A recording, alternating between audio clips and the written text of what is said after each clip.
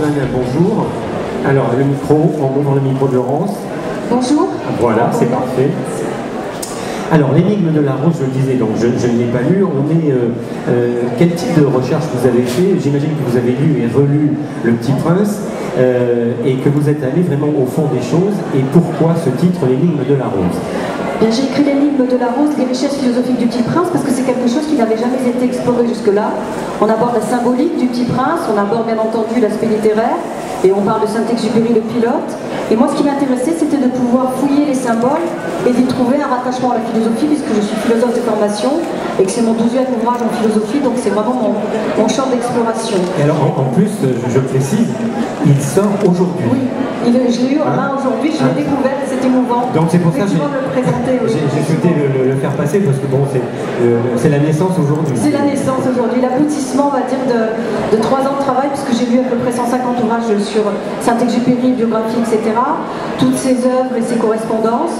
Pour soulever le problème, l'énigme de la rose, déjà, tout le monde pense que la rose, c'est le symbole de son épouse, comment dire, Consuelo de Saint-Exupéry, et puis en creusant, on peut deviner qu'il y a le spectre d'une autre femme, notamment Louise de Villemorin, les graines Villemorin, donc on comprend toute la filiation avec la rose et le vocabulaire du jardinier et de la fleur.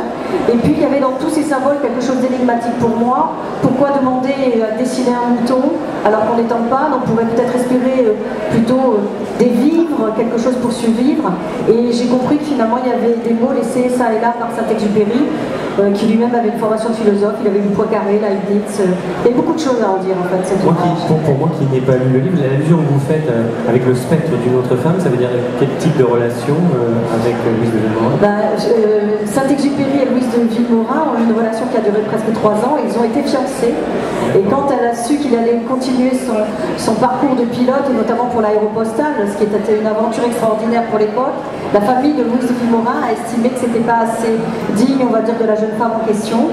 Et donc finalement il a décrit dans ses ouvrages Sous les traits de Geneviève, dans son premier livre, et ensuite c'est devenu la rose, celle qui était frileuse, qui avait des douleurs si elle s'enrhumait, et en fin de compte Louise de Villemorin souffrait d'une maladie des os, elle était obligée de se protéger du froid. Donc on retrouve comme ça tout un ensemble de filiations, des correspondances, et puis le livre Le Petit Prince de Saint-Exupéry, je crois que c'est un livre de chevet, moi je l'ai découvert quand j'étais petite, lu, relu, approfondi. Il est merveilleux, c'est vraiment un hymne à l'humanité et aussi à l'esprit de corps. Je crois que tous les pilotes, ou tous les hommes, ou les femmes d'ailleurs, qui font des métiers de terrain, je pense des sapeurs-pompiers, des gendarmes, des militaires, enfin des métiers où il faut se souder, j'ai envie de dire, sur le terrain, parce que les épreuves sont difficiles à surmonter seul. Et se blinder. Et les choses sont difficiles à surmonter seul, mais je crois que c'était aussi leur rendre hommage à travers l'analyse du Petit Prince. Et puis Saint-Exupéry, c'est le lien aussi à Citadelle, le Petit Prince, et dans Citadelle on a le Grand Caïd. Le Grand Caïd c'est le pendant du politique, alors que le Petit Prince c'est l'initiateur d'une nouvelle humanité, une humanité à les conquérir au fond de soi et puis dans la rencontre avec l'autre. Donc les phrases sont magiques, j'ai envie de dire, il faut aimer une rose, l'essentiel qui n'est pas visible aux yeux mais au cœur. Et je crois que tout ça, ça demandait à être souligné, mais d'un point de vue philosophique. Oui, donc justement, vous m'amenez la dernière question. Le fait que vous soyez à la base philosophe, ça vous a donné peut-être un regard un petit peu différent. Est-ce que vous auriez pu écrire ce livre si vous n'aviez pas eu cette formation? Absolument pas. D'autant plus que j'aurais lu les correspondances de Saint-Exupéry où il parle lui-même de sa formation en philosophie, parce qu'il aurait aimé être justement philosophe s'il n'eût été pilote, on va dire. Il l'a clairement exprimé. Et donc je crois que d'avoir abordé sa pensée avec le cursus philosophique m'a permis de voir des choses que si je n'avais eu qu'un regard de littéraire, qui n'est pas une critique en soi, je n'aurais peut-être pas vu. Et puis ça m'a peut-être amené à une rigueur, une richesse, une volonté d'approfondir, parce que les philosophes, on aime bien chercher, questionner la question. Donc ça m'a amené à chercher plus loin peut-être que les analyses traditionnelles. Donc j'amène des nouvelles interprétations. C'est vraiment le fruit d'un travail. Par contre c'est très lisible, très accessible. C'est vraiment un ouvrage qui est très fluide. Et c'était peut-être difficile justement, après Le Petit Prince, qui est un ouvrage qu'on lit comme on boirait un petit verre de lait ou comme on mangerait une guimauve, j'ai envie de dire, c'était très difficile d'écrire quelque chose de philosophique sérieux, mais avec une légèreté de plume. Parce qu'il fallait que ce soit étayé. Exactement. Ça m'a pris 6 ans de ma vie. Ah oui. Voilà, 3 ans de recherche, l'écriture et l'aboutissement pour la publication. Et ça sort aujourd'hui. Et ça sort aujourd'hui. Merci à vous. On peut l'applaudir. Merci beaucoup. Dernière question avant de se séparer. Vous avez d'autres choses en projet? Alors bon, là c'est mon 12e ouvrage, donc les autres c'était des ouvrages de philosophie. Là la collection s'appelle Label, comme un label, mais le mot vous avez compris est beau, Label Idée. Et le tome 2 paraîtra dans quelques mois et c'est sur la philosophie de Winnie l'ourson.